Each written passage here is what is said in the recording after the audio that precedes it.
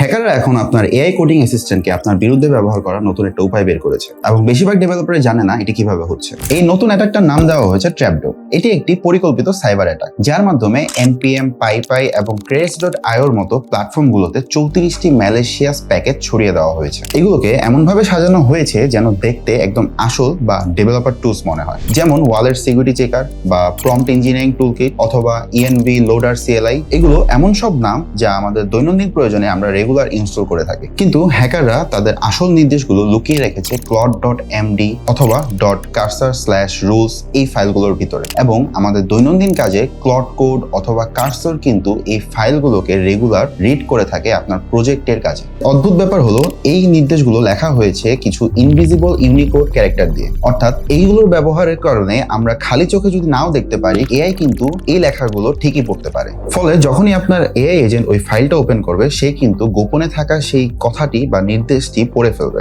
এবং সে এমন একটি স্ক্যান শুরু করবে যা প্রথমে দেখতে একদম নর্মাল একটি স্ক্যানের মতোই মনে হবে, কিন্তু ব্যাকগ্রাউন্ডে বা আড়ালে এটি আপনার কম্পিউটারে থাকা গুরুত্বপূর্ণ যত SSH কিজ বা AWS ক্রেডেনশিয়াল বা GitHub টোকেন্স অথবা ক্রিপ্টো ওয়ালেটসের মতো সব গোপনীয় তথ্য হ্যাকারদের কাছে পাঠিয়ে দিচ্ছে। এমনকি এই ফাইলগুলোকে ছড়িয়ে দেওয়ার জন্য তারা লামা ইন্ডেক্স বা ল্যাংচেনের মতো বড় বড় প্রজেক্টকেও পুল রিকোয়েস্ট পর্যন্ত পাঠিয়েছে। ভাগ্যবশত সকেট সিকিউরিটি এই প্যাকেজগুলো আপলোড হওয়ার মাত্র 6 মিনিটের মধ্যেই এই হ্যাকিং সম্পর্কে জেনে গিয়েছিল। তবে এই ঘটনা থেকে আমাদের একটা শিক্ষা নেওয়ার আছে। আপনার কোডিং এ সাহায্য করা এআই অ্যাসিস্ট্যান্টের এখন নিজস্ব একটা সিকিউরিটি বা ট্রাস্ট বাউন্ডারি তৈরি হয়েছে, যা সুরক্ষিত রাখার দায়িত্ব এখন আপনারই।